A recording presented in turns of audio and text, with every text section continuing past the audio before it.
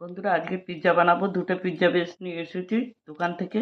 প্রথমে দিয়ে দিচ্ছি পিৎজা সস, এবার দিচ্ছি টমেটো সস। চিজ পিৎজা বানাচ্ছি, মোজারেলা চিজ পিস পিস করে এবার দিয়ে দিচ্ছি। এবার ক্যাপসিকামগুলো দিয়ে দিচ্ছি। এবার পেঁয়াজ দিয়ে দিচ্ছি। এবার দিয়ে দিচ্ছি টমেটো। আবার একটু বেশি করে চিজ সরিয়ে দিচ্ছি।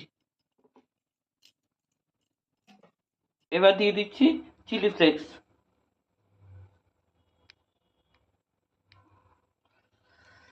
অরিগানো ছড়িয়ে দিচ্ছি।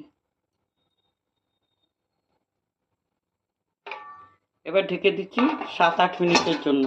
8 মিনিট বাদে ঢাকা তুলছি। দেখুন কি সুন্দর তৈরি হয়ে গেল আমার চিজ পিৎজা। দেখুন কি সুন্দর।